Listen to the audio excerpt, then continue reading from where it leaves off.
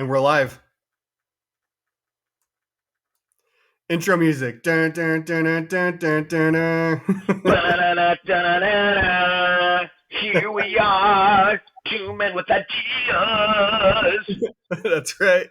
TMI coming at ya. Woo. What the hell are we doing here, Dallas? So, you and I have talked about this a lot, Martanda, and what we wanted to do is have a podcast where we have conversations and discussions that yield some action items that are going to help people make sense of the modern flood of cultural conflict through personal responsibility. We want our listeners to get ideas about how to achieve more freedom in their life, more independence from outside forces, meaning outside of themselves and outside of their families, and to achieve prosperity as a result of the decisions that they make. We need FIP. FIP. It's all Yeah. about FIP, baby. Freedom, Right? independence, and prosperity. Yeah, yeah. So Are you hip with FIP? I am hip with FIP. Nice. And much of my waking hours are spent concentrating on ways that I can achieve it for myself and share the things that I can learn with other people.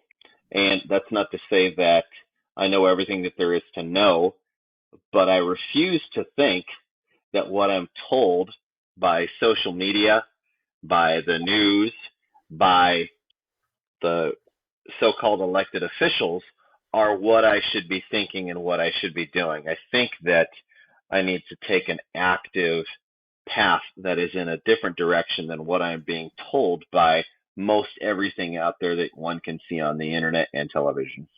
It's almost like they really don't have our best interest in mind, huh? I agree. And so I think what we want to do, Martanda, is take a little bit of time and talk about how each of us got to this moment in time. Yeah. Well, you're Dallas, right? Oh, I am. I'm not the only one, but I'm used to being the only one in most of my circles. And I Yeah, am so always the only Martanda that are in any circle. that's right. We're special. We're unique. We're pretty That's right. unicorns, right? Yes. So I could say that on my part, so people understand where I'm coming from, is I grew up in a traditional Christian home. Fundamentalist, Yeah. non-denominational Christian home. Both of my parents are still married. They were married in Congratulations. Yep, I was born after they were married, unlike many people who are alive today. And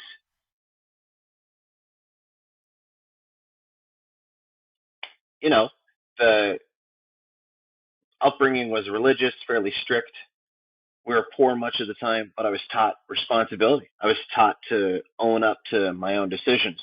And so that's how I navigated through life throughout my teen years. And in high school, I started becoming more aware of politics, news, would watch C-SPAN, CNN, all this kind of stuff, got interested in government probably earlier than high school. Like my parents let us watch the Iran-Contra hearings on C-SPAN, the hearings with General Oliver North and stuff like that. So I got an opportunity to see the workings of government over television. It fascinated me. And in high school and after high school, I became more and more aware of how government works and the nature of our government as it exists today, to the extent at which I was working in a warehouse. I won't say where, but I was having a discussion with one of my coworkers about some of the things that I was into, about talking about government and politics, talking about corruption, talking about what is and what is not reality, and having all these philosophical discussions. And there's one particular situation where my foreman pulled me aside and he said, "You know what, motherfucker? Someday someone's just gonna come and kick your ass. You know that motherfucker?" Got right in my face, and I was like, um, maybe. I didn't know how to respond because I was always trained to respect authority. You don't talk back, right? Somebody's pissed, you don't want to provoke them. So I took that moment as a catalyst to understand more about why would somebody want to commit violence on my body simply because of ideas, simply because I thought a different way. I talked about different possibilities, right? Not saying that I was right. I'm not saying like this is the way that it is. It was just like, hey, what is this? What is that? What are the possibilities? Why does this have to be this way? I was questioning, right? I wasn't saying that my ideas are better or pushing ideas on other people. It was just challenging. Like most people challenge ideas, like, well, why does it have to be death and taxes kind of a thing? And then I got to thinking based upon this supervisor's response, like, now what do I have to worry about now that I know that there could be people on earth who want to cause me harm simply because I think differently? Yeah, that's And concerning. and so fast forward nearly 30 years, lived some life, had some experience, and the culture war against traditional values has escalated to the point at which things that were normal 30 and 40 years ago are now considered to be bad. And what I mean by that is accepting the consequences for your own actions, right? Um, Being able to reap the rewards if you do a good job is now considered, well, that effort isn't a result of your effort. You had some kind of privilege, you had some kind of advantage to achieve that level of success. And because of that, we need to bring balance to the universe artificially and bring you down a notch. Check yourself, check your privilege. And I'm thinking to myself, Create equity. yeah, create equity. And I don't see any of that. I was given nothing. I've worked for everything that I have. And I take issue with people saying that I had some sort of magical um, privilege to endure the hardship that I had to go through to get to where I am. And I'm not fancy. I'm not rich. I'm not I'm not wildly successful above a lot of people. I do okay. I don't live with consumer debt. I have a family, um, and I want my family to prosper. And so the reason why I'm doing this show is to uh, help people make better decisions for their lives. And of course, we're going to go into detail of what that involves in the different episodes that we're going to have. But Martanda, what brought you to this place? Well, I think for me, I contrastly, I had a different upbringing. I was raised in a broken home, very much a latchkey kid growing up. Um, I think I was just fortunate enough in my upbringing to, for some reason, have an air about me that made people assume that I wasn't interested in doing any dubious activities. Um, so I think that kept me out of a lot of trouble growing up. But I think in my later years in life, being the family is so important. Um, I thought a lot about my family and kind of similar to you, Dallas. Like I think out of the box a lot. I don't think of things as most people do. And I've made some big changes these last couple of years. Done some big things for our family, and it's been pretty fantastic. But leading up to this, I asked a lot of people the same question, and keep in mind this was probably about 7 years ago. So um, I would always ask people, "Hey, if there was no food in the grocery store, what would you do?" And just because honestly, I was curious, and the responses are pretty interesting. Like I probably asked at least 100 people this question. Responses are very interesting. Um, a, a, a vast majority is, well, I've got a friend that I could go to. I've got a friend that lives somewhere or is further out of city, and it's always out of city. It's never like I know somebody who lives downtown that can help me out if this situation arises. And Nobody, what's that? nobody in an apartment. It's always away No, from population, correct. as if they Um, know that's the answer. right. Yeah. Subconsciously, people know that, to some degree, cities are dependent on a lot of things to continue to function. And, I think that just kind of led me on a path, to explore what it means to be self sufficient, to more of a degree than I've experienced before. And so that's kind of what, just leads me to where I am now. And I'm just continuing to pursue more independence and self sufficiency. And I think that's kind of what we're really doing here is just to some degree a call for reinforcements. We know that there's other people out there that have similar thought processes Hmm. in the way things are, and how to ideas on how to navigate it and how to prepare and insulate each other from you know dependency issues. Um, there's lots of them out there. We could list them, but I think we probably better spend our times doing something else right now. Right. But I think a lot of our paths are flooded with debris, and we just need to rediscover. We need to pull back, pause for a second, and consider our options before we move forward. And I think there's a lot of reluctant heroes out there, and hopefully, this people that might tune into this, it could be a battle cry of sorts, or just a little kindling that can light something that's even bigger than my little vision. You know, Yeah. so that's kind of a roundabout, concise story of kind of what's brought me to where I'm at. So you said something, Martenda, that really resonated with me, and you used the term. There's a lot of debris out there. Yeah. You want to unpack that? What are we talking about when we're talking about debris? Well, I mean, as we navigate our lives, I think we're just bombarded. There's there's this idea and this platform and that platform and these processes and those processes, and they're not they might suit some people in some fashion, but I think it's just a bit much. It's a bit much, and I think that in the grand scheme of things, it doesn't have to be so complicated. It doesn't have to be so scripted to some Yeah. degree.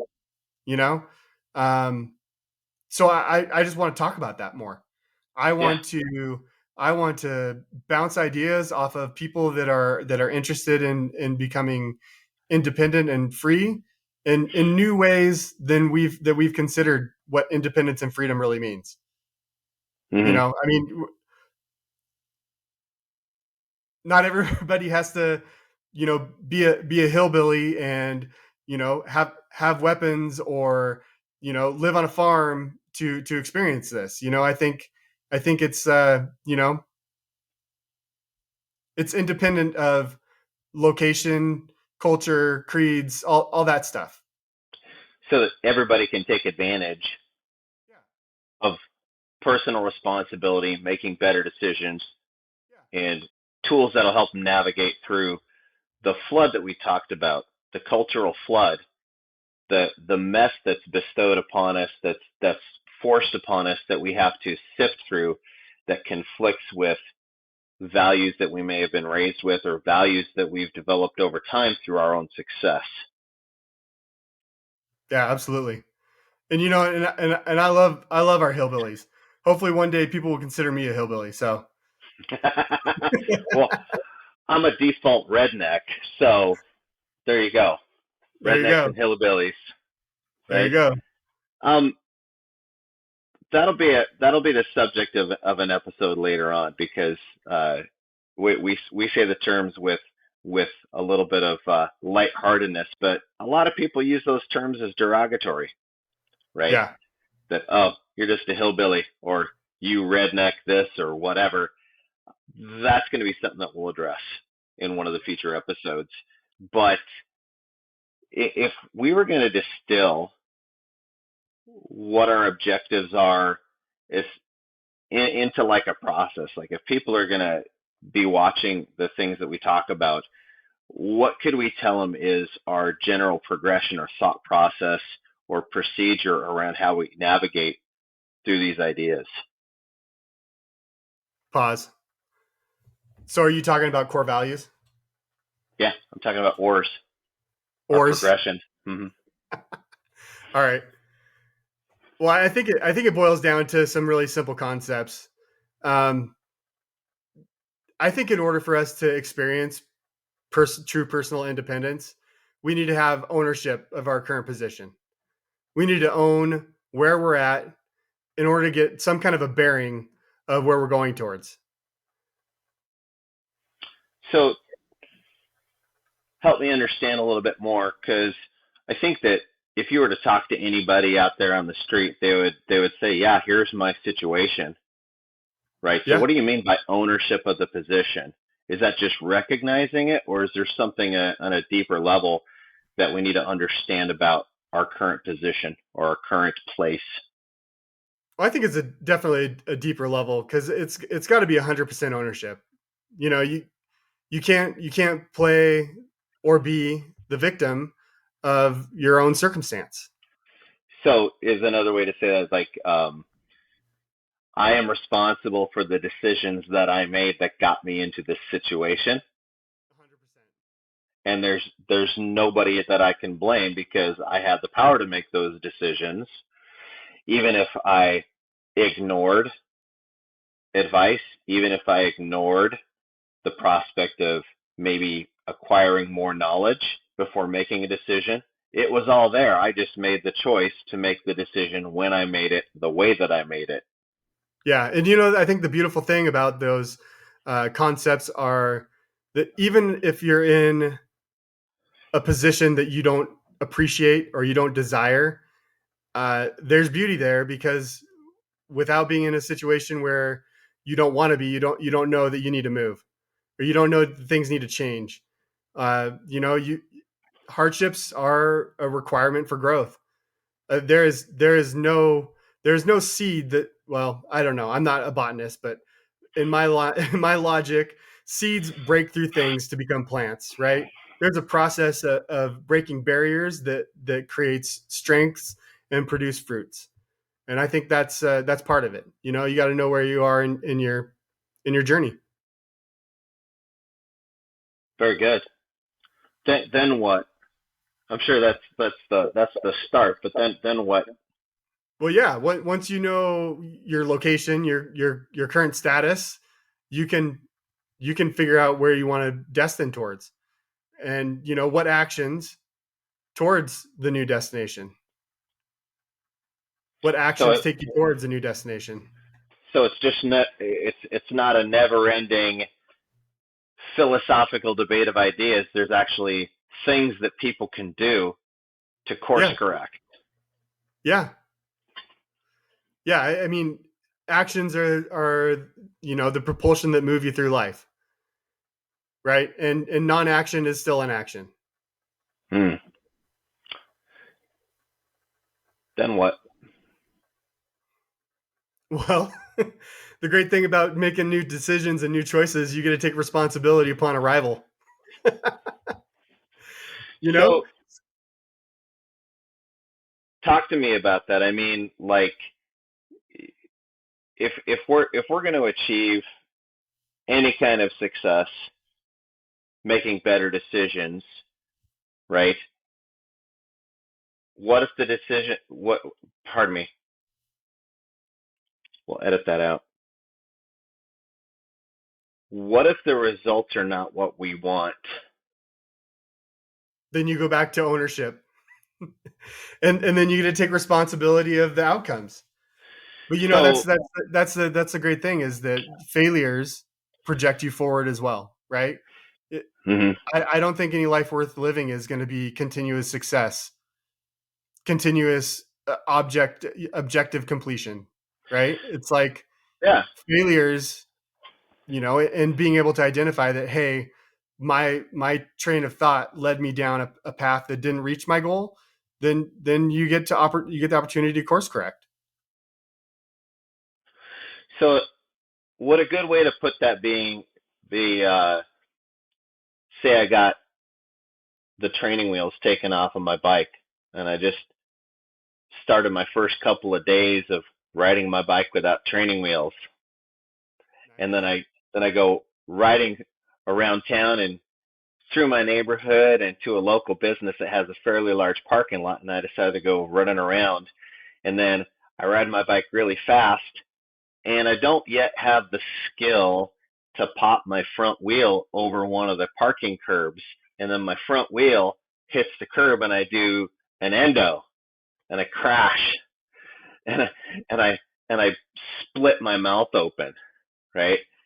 So would taking responsibility be, oh, okay, maybe I need to get better at riding a bike, and maybe there's some things that I still need to learn after acquiring this new skill, rather than blaming the business for putting the curb in their parking lot and then wanting to sue them and collect money I did not earn from a mistake that I made simply because I didn't like the environment that I was placed in or that I put myself in through my own decisions. Yeah, I think one of the key things of becoming a well-rounded adult is being able to slow down. But time out. You use the A word, Martanda. Dang it. Adult. What do you mean by an adult? Um, I'm sure Webster's got a definition for that, but in my mind, an adult is someone, or yeah, it's someone that's going to take responsibility and ownership for the environment that their loved ones are enclosed in. I don't know, someone who's mature and processing communication and relationships. Yeah, I like that definition. I would add to that an adult is someone who has the competency to manage one's own affairs. Yeah, that sounds very legalese. Yeah, there's gonna be a lot of that in upcoming episodes. I'm excited to share some of this stuff with people who are willing to listen, right? But I think that one of the things that we'll uncover in the process is that there's two sets of the English language, maybe three, maybe three. There's plain English, there's legal English, which is a completely different language, and then there's woke English. There's a lot of vernacular out there. There's a lot of vernacular out there. So after that, does that seal the deal? Does that end the Well, progression that we've described? I think there's one last step. So once you've arrived to an outcome, be it beneficial or detrimental, I think it's important to secure your position, build What do you, fortitude, and fortify it. so what would be an example of that? Oh, I don't know. Well, okay. That's a tough question for people, So right? So yeah, you want to hear what I think about this one? Because sure. I've been sort of like, you know uh, using a lot of guiding questions, but when we talk about establishing ourselves, establishing an outcome, you we've going through the whole progression. You understand where you are. Pause. Dog, get out of here. Move, move. Get up, Too puppy. smart for your own good. Oh Dog, my open the gosh. door. Well, there's no lock on Uh, this door. My dog does that too. I don't know. So hopefully that you'll be able to smooth out I that just saw edit, 25 right? minutes. So after you've taken ownership of your position, you've accepted responsibility for where you are in life as a starting point, and realized that the reason you're there Yeah. is because of the decisions that you made for yourself, Right. regardless of any external forces. We can't always choose our circumstances. We can't choose our parents. We can't choose our lack of parents.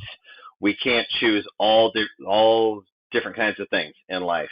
However, we're 100% responsible for choosing how we respond or we react to those circumstances, Yeah. right? Yeah. And then once we've realized this and we make a decision, I'm going to proceed and go this direction, or I'm going to proceed and go that direction. I'm going to take action steps to move closer to something or further away from something else, right? And then we have the responsibility of our conscious awareness around our future decisions, right? And then we have the last portion, which is secure and fortify. So many people in life, and it's not everybody. You can't use universal qualifiers because the internet being what it is. There'll be somebody go like, "Well, that's not how I think." We get it. There's always exceptions to the rule, but by and large, people don't have complete ownership over the results. And what I mean by that is this: they expect that somebody else out there is going to protect them, or somebody else should protect them if things don't go right. If things don't go right, I can always call my mom. I can always call my dad. I can always call this person that I know. There's always somebody else that you can fall back on. There's the government. There's this organization, that organization. When we say secure and fortify, I think it means you yourself secure and fortify without anyone's help. And if you can't do that, you don't have a result. If you cannot maintain what you have achieved, you've basically lost it. Whether it's a new skill, a new position, anything that you have achieved, if you can't maintain it, you don't necessarily have the power to do what it is that you're doing. That's not a good way to say that at all. So we'll pause and edit that out.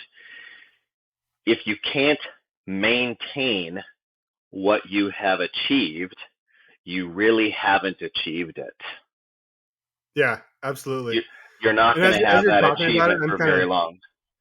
as you're And talking there's, about it, I kind of been thinking about myself, what it means, right? It gave me a minute. yeah, Appreciate that. and I think of, maybe my approach is a little more tactical, yep, right? When you're navigating through life, you're making decisions that bring you to a new destination, a new outcome, a new, you know, location, right? mm-hmm, I mean, the first things you're going to want to do are you're going to want to, understand where your resources are, right? And then maybe kind of in contrast, I think you want to know who's around you. Maybe not so that they can morally or ethically support you, but you want to know what your surroundings are, right? Maybe absolutely, maybe your chain of events brought you to a new social circle, right? Or a new group of people that have different goals and priorities. Like you want to not necessarily like adopt them, but you want to understand them because the choices that led you there probably, I would hope that was the goal, is to put myself around different people to gain new experiences, right? So yep, you want to secure those relationships, yes. I right? think that's I think that's a key thing right there. Yeah, Secure your relationships, secure your property, of course. secure your status. And Yeah. status is a far-reaching term. I don't necessarily mean only social status, but there's the status conversation is farther reaching than just social or economic. Yeah. But uh, an analogy that I draw that's similar to yours, you use the example of moving into a new area or moving in such a way that the people you are around are different, and that was the goal, right? How does the saying go? Is that you are a reflection of your top five relationships, or the five people that you are around most frequently, right? Um, in this regard, I like using the analogy around marriage, Yeah. securing your marriage and securing your family. So going through the process, you know, people start out single, right? It works that way. And and they're like, that's just part of life, right? And they go through life and they go, huh, maybe I don't want to be single. Maybe I see something in having a more intimate or long-term exclusive relationship with somebody, right? And then I start taking steps to meet people, to get to know people, to be more social. Maybe I didn't do that before. Maybe I always have, but maybe I see it in a different way. And I have different objectives when I go out and I talk to people and I meet people. And then I commit. I find somebody that likes me, I like them. We find alignment in values, and then we commit and we say, "Hey, let's start something together. Let's have a new outcome." Before we were single, going forward, we can be a family. We could be husband and wife or whatever, right? Yeah. Well, for most of America, that's as far as it goes because we're at a 60% divorce rate in this country, and that a whole lot of effort doesn't go into securing and fortifying that relationship. Yeah. It's definitely an ongoing process, right? Yeah, how do I maintain it? How do I feed it? Right? You talked about the plant, right? Breaking through the soil, taking action. It starts as a seed, it breaks through the soil, right? Starts to grow. Well, if it's going to bear any fruit at all, it needs all the things a plant needs. It needs sun and water, good soil, good nutrients in the soil. And if it's going to do it again in season, it needs constant work. And as long as that tree or that fruit bearing plant yields fruit, it's going to need to be tended. And it's never not going to be, uh, it, if there's ever a time when it stops being tended, it's probably going to become diseased, or it's not going to yield as ripe a fruit because there's so many sucker branches. Yeah. Use whatever botanical or agricultural term you want. It's not going to be an ideal plant yielding good fruit. And the same is true with everything that we've talked about, the relationships, the marriage, the career. And I think that a lot of people navigate in autopilot after they secure a promotion, they get a new car, they go to school, they go through these milestones, and then they just maintain.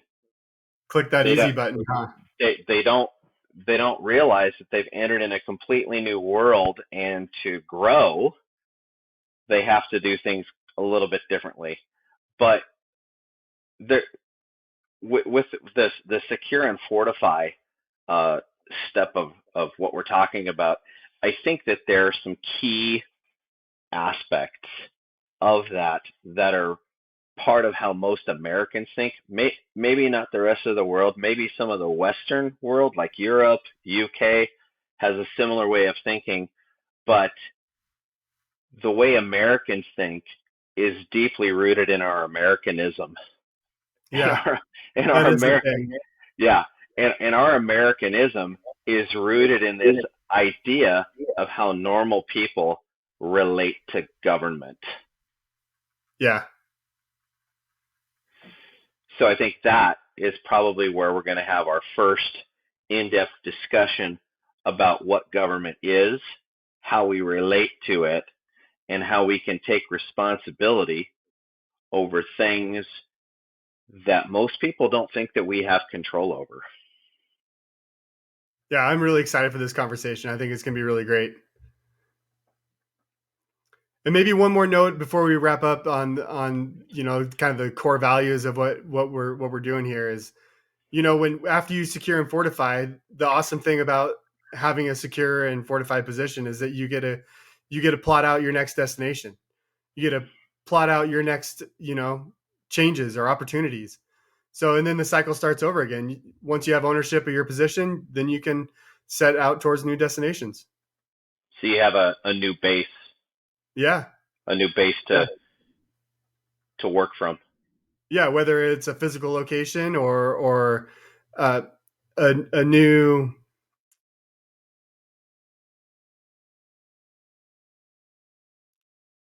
State of what's the mind. word? No, I'm thinking of a new paradigm, or whether it's a new Ah, paradigm, a new paradigm. Yeah. right? Those are Hmm. powerful positions to come out of. Yeah. And I think that's the key point, Martanda, is that we can't all just uproot ourselves and move to the country. we can't we Or can't can we? go we can't well maybe we can, but maybe what people can realize doesn't necessarily have to be hey, I'm going to go be a homesteader. Maybe people are inspired to do that. I know there's a lot of people that want to get out of the city and would love to be tied more to the land and to nature and to do homesteading. But what we're trying to show is that it's accessible to every human being. Yeah, No matter if you live in a one bedroom apartment or if you have hundreds of acres out in the middle of nowhere and you're self-sufficient, right? yeah, Self-sufficiency is important. We understand that. You can't really be independent unless you have a degree of self-sufficiency, right? And we'll obviously talk about that kind of thing. But to achieve freedom, to achieve independence, and to achieve the prosperity that comes with making good decisions is available to everyone, no matter who you are or where you live. yeah. I completely agree. Yeah, I'm really excited for these upcoming conversations we're going to have. We're going to cover a lot of topics. It's going to be very insightful, maybe controversial. Hopefully controversial, right? I think the reason we're all in this situation is because we don't like being controversial, right? We don't want to be called names, right? Because when people that look like us start talking about ideas that the mainstream doesn't agree with, they start throwing names out like Hitler, misogynist, racist.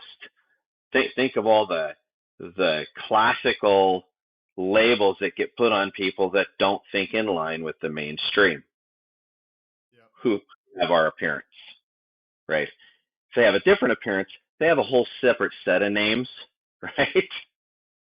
that's that's something they get to deal with, but we have what we deal with, and that's what we'll challenge. for sure. I'm looking forward to it. Me too. Well, this is Martanda. This is Dallas. We're TMI. Thanks for joining us. Talk to you next time.